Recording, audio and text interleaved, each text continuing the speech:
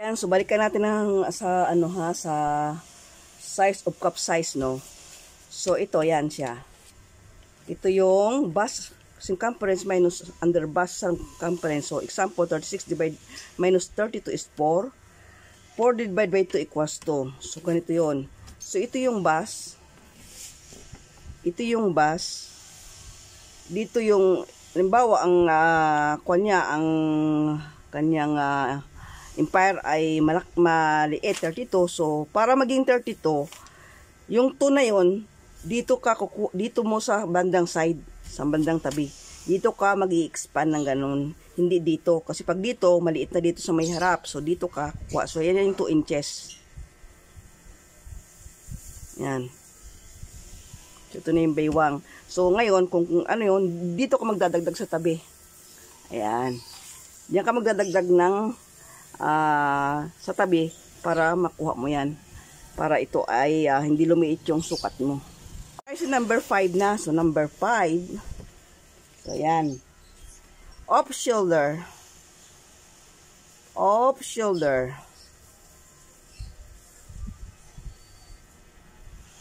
Paano mamukuha? Halimbawa ito ang off shoulder, no? So ayan siya.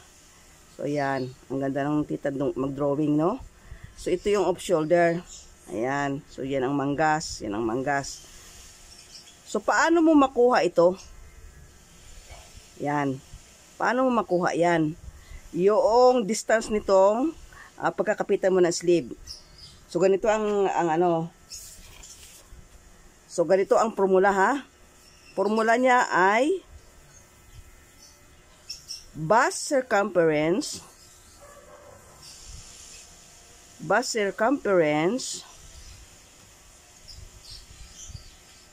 divided by 12 plus 1. So ang kabuuan ng base circumference mo, halimbawa ang kuan mo 36 divided by 12 plus 1. So ito yung base span mo. Base span is ito ay 4 plus 1 equals 5.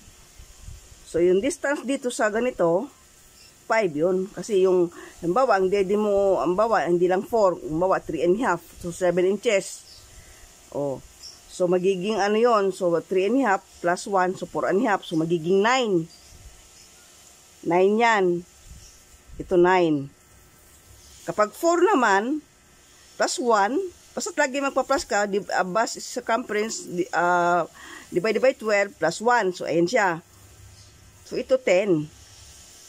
Kapag ka naman 3.5 lang plus 1, pag 3.5 plus 1 equals 4.5, so magiging 9 lang yan. So, 10 or 9. Depende sa base yan. So, dito naman tayo sa number 6. Tandaan nyo yan, ha? 5, 6. So, 6 na tayo sa yung off-shoulder sleeve. Shoulder sleeve. Paano mo makuha? Halimbawa, ang base circumference mo ay 40. No, halimbawa, 40. Ang base circumference 40 minus round neckline.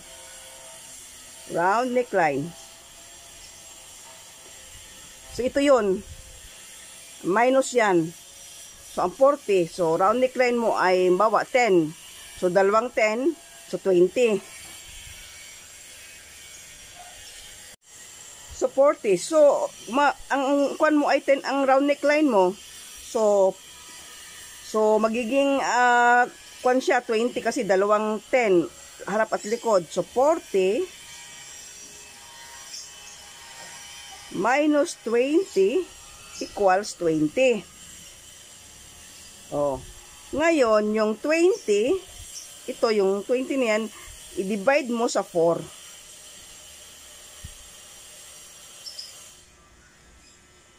So,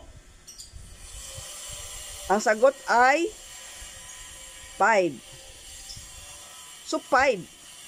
5 yung sa iyong sleeve. So, ang ibig sabihin nito, ito yung sleeve mo.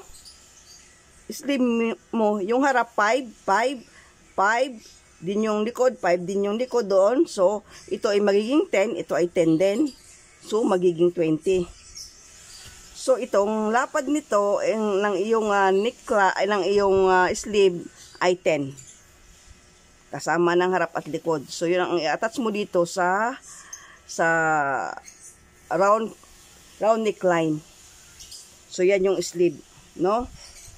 So, ito ay, ano lang ito, half lang yan ha. So, half, 5. So, 10, yung isang manggas. 10 din yon. So, 20. Katapos 10 ito. 10 din yung likod. So, 40 siya. So, dito naman tayo sa number 7. So, number 7 tayo ha. So, note ha, napakahalaga nito. Yung crotch depth. Crotch depth.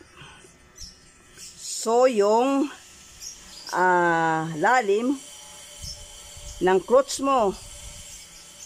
Crotch. Yan. So, ano ang may formula yan? May formula yan.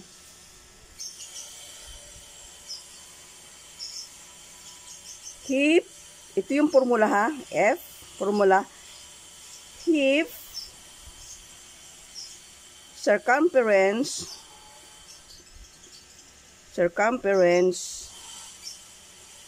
divided by 4 minus 1. So, halimbawa, example, 40 divided by 4 equals 10. Minus 1 equals 9. Ito yung crotch mo. Kung ang hips mo ay 40. So, example naman, another example. So, halimbawa, ang hip mo ay 36 divided by 4 equals 9. Minus 1 equals 8. Ito yung crotch depth o lalim ng pundiyo mo. Kasi pag minsan merong lawlaw ang pundiyo, merong sakal ang pundiyo. So, ayan yung tamang kalkulasyon or tamang formula. So, number 8. So, dart length. So, dart length tayo, no? Kung gaano kahaba yung ating dart or tacks or binas, yan. So, ito ay 1 inch 1 inch below bust point. So, yan. Number 2 ay 2 inches before the hip line.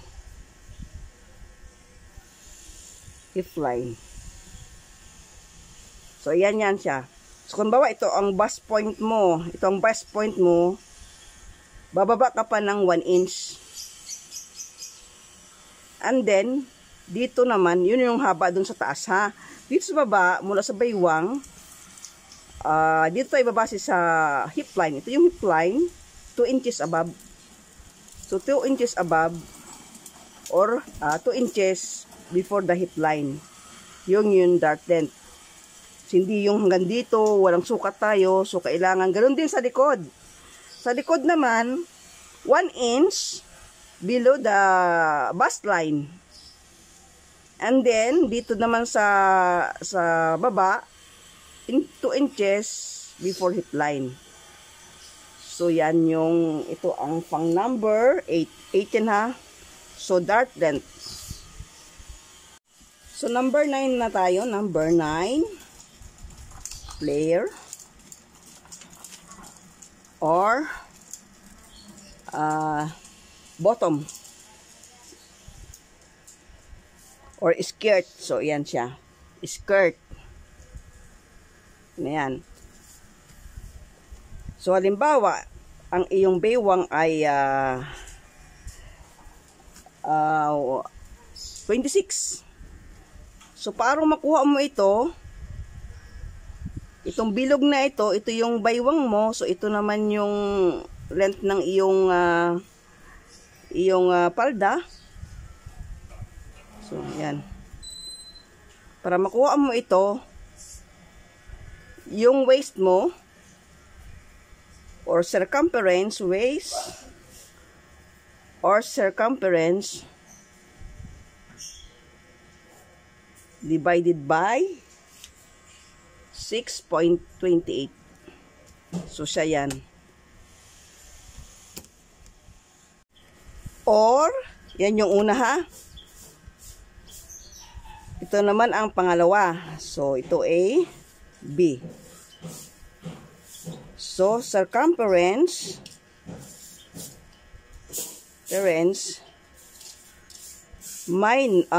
divided by 6 minus 3/8.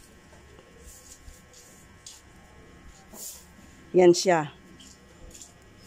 So, ito yung ginagamit ko ngayon.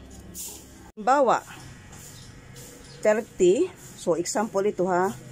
30 divided by 6 equals 5.